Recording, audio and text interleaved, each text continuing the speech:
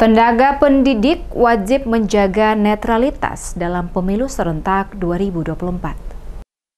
Menjaga netralitas sebagai aparatur sipil negara, terutama seorang tenaga pendidik, menjadi hal yang mutlak dilaksanakan guna memastikan kepala sekolah maupun tenaga guru tidak terlibat politik praktis dalam pemilu 2024. Demikian penegasan yang disampaikan Kepala Cabang Pendidikan Khusus dan Menengah Kabupaten Maluku Tengah, Jabir Tomagola, yang ditemui tim DMS Media Group di ruang kerjanya pada Jumat 2 Februari 2024. Memastikan para kepala sekolah maupun guru tetap netral dan tidak melakukan politik praktis, maka ada surat edaran yang telah diterima dan telah disampaikan kepada seluruh kepala sekolah, termasuk para guru, dengan tujuan menjaga netralitas dan menghindari keterlibatan dalam politik praktis. Di mana dalam isi surat edaran tersebut, kepala sekolah dan tenaga guru dihimbau untuk tidak terlibat dalam politik praktis menghadapi pemilu serentak 2024. Selain itu, kepala sekolah dan para guru wajib memahami pentingnya menjaga netralitas dan profesionalisme dalam menjalankan tugas sebagai pilar pendidikan. Dikatakan Tomagola, tugas utama sebagai kepala sekolah maupun guru sebagai tenaga pendidik memiliki peran penting dalam membentuk karakter serta memberikan pendidikan yang berkualitas kepada siswa, serta memberi contoh dan membimbing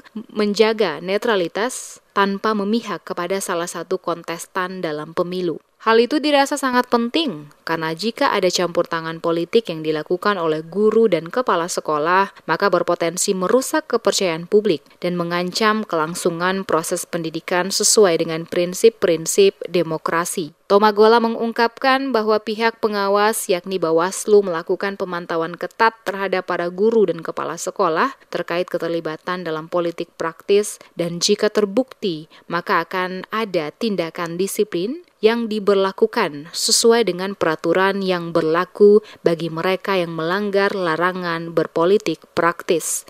Sering saya sampaikan buat Ibu Kepala Sekolah, para guru bahwa terkait dengan pilihan itu hak prerogatif orang, setiap orang. Tapi untuk mempengaruhi orang memang tidak boleh. Justru kalau kita dikawal dengan undang-undang, aturan, larangan sebagai ASN. Nah itu yang sekarang saya sering menyampaikan kepada sekolah, jangan, karena kita juga dikawal oleh Panwas. Nah ketika Bapak Ibu terindikasi dan terbukti terlibat dalam praktis, terpaksa diproses nanti, dan itu kita tidak bisa membela Pak, terus bisa membela itu, karena itu melanggar undang-undang.